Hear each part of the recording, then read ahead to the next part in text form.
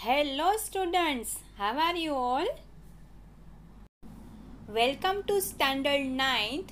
आज हम सूरदास जी के पद के बारे में अभ्यास करने जा रहे हैं। हमारी टेक्स्ट बुक में 7 नंबर पर सूरदास जी के पद दिए गए हैं। हमें 2 पद दिए गए हैं। आज हम उनका सविस्तर अभ्यास करेंगे।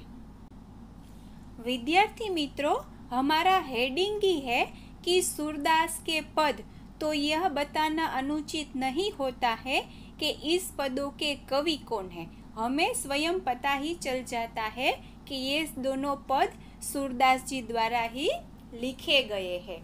सूरदास जी का जन्म सन 1478 में हुआ था।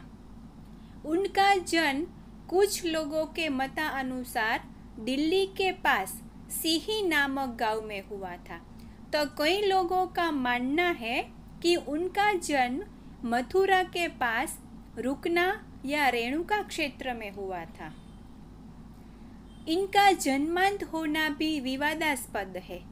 वल्लभाचार्य इनके गुरु थे। इनकी प्रेरणा से वे श्रीनाथ जी मंदिर में कृष्ण की लीलाओं से संबंधित पदों की रचना करते थे।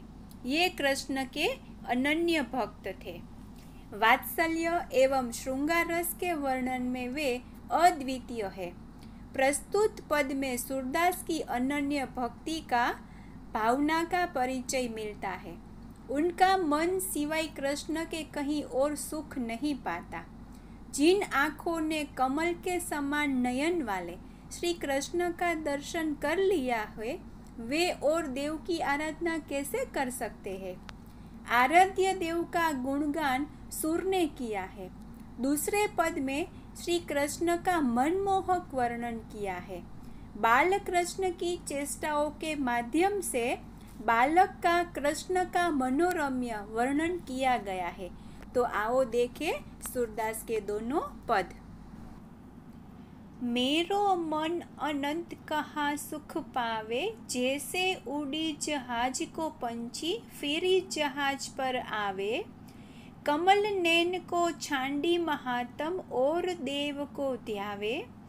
परम गंगा को छांडी पियासो दुर्मति कूप खनावे। जिही मधु कर अम्बुज रस चाख्यो क्यों करिल फल भावे। सूरदास प्रभु काम धेनु तजी छेरी कौन दुहावे। विद्यार्थी मित्रों, प्रथम पद में जो कठिन शब्द आए हैं उनका पहले हम अर्थ समझ ले। अनंत मतलब अन्यत्र। कमल नैन, कमल के समान नेत्र वाले श्री कृष्ण। महात्म, महिमा। परम का अर्थ है श्रेष्ठ। छांडी का अर्थ है छोड़कर। पियासो का अर्थ है प्यासा। दुर्मति का अर्थ है मूर्ख। कूप का अर्थ है कुआं। खनावे का अर्थ है खुदवाए। मधुकर का अर्थ है भौरा। अम्बुज का अर्थ है कमल। चाख्यो का अर्थ है चख लिया हो। करिल एक कंटीला पौधा। कामधेनु का अर्थ है देवलोक की गाय जो सब इच्छाएं पूरी करती हो। छेरी का अर्थ है बकरी। विद्यार्थी मित्रों, प्रथम पद में सूरदास जी कहते हैं कि मेरा मन श्री कृष्ण के सिवाय और कहीं सुख नहीं पाता।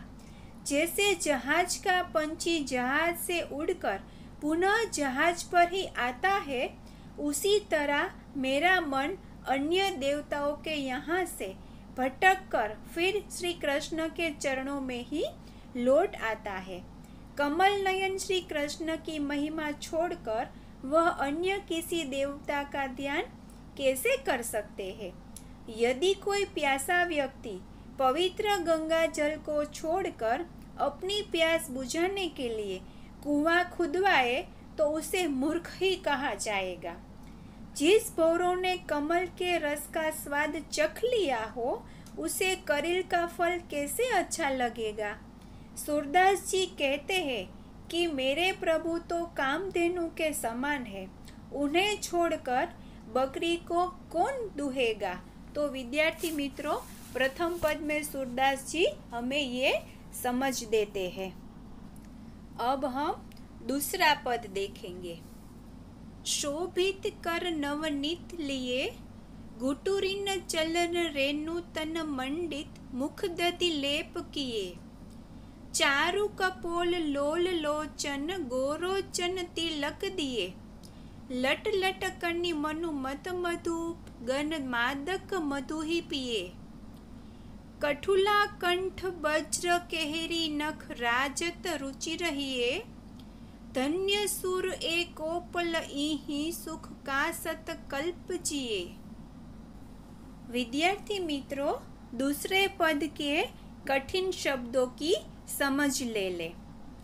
कर का अर्थ है हाथ, नवनीत का अर्थ है मक्खन, रेणु का अर्थ है धूल, मंडित का अर्थ है सुशोभित, दधी का अर्थ है दही, चारु का अर्थ होता है सुंदर, कपोल का अर्थ है गाल, लोल का अर्थ है चंचल, लोचन यानी नेत्र या आंखें, गोरोचन का अर्थ है मस्तक पर तिलक करने का पीला द्रव्य, लट का अर्थ है सिर के बालों का गुच्छा, मनु का अर्थ है मानो, मत का अर्थ है मस्त, मधुप का अर्थ है भौरा, कठुला का अर्थ है चांदी की चौकियों, केहरी नख का अर्थ है सिंह के नाखून, राजत का अर्थ है सुशोभित,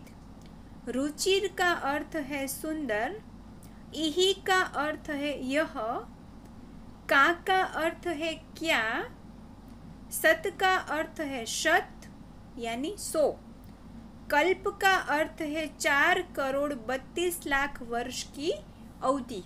तो चलो दूसरे पद की विस्तृत समझ ले। दूसरे पद में सूरदास जी हमें ये बता रहे हैं कि हाथों में मक्खन लिए हुए बाल कृष्ण अत्यंत सुंदर लग रहे हैं। वे घुटनों के बल चल रहे हैं, उनके शरीर पर धूल लगी हुई है और मुख पर मक्खन लगा हुआ है। उनके गाल सुंदर और नेत्र चंचल है। उनके माथे पर गोरेचन का तिलक लगा हुआ है।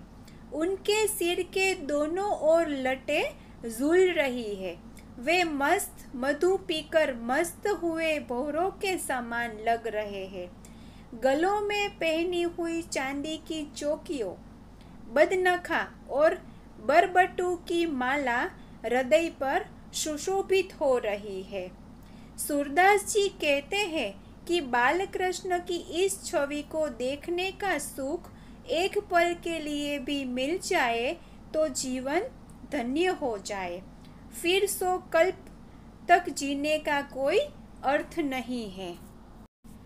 विद्यार्थी मित्रों, तो ये हमारे अभ्यासक्रम के मुताबिक सूरदास जी के 2 पदों का हमने अभ्यास किया। इनके अलावा सूरदास जी के अन्य पदों का भी आप संग्रह कर सकते हैं और उनके साहित्य के बारे में भी विशेष जानकारी प्राप्त कर सकते हैं। सूरदास जी श्री कृष्ण के अनन्य भक्त थे। श्री कृष्ण की भक्ति ही उनके मन को शांति देती थी। यहाँ सूरदास जी के पद दिए गए हैं। पहले पद में श्री कृष्ण के प्रति उनकी अनन्य निष्ठा के दर्शन होते हैं और दूसरे पदों में घुटनों के बल चलते बाल कृष्ण की अनुपम छवि का वर्णन किया है।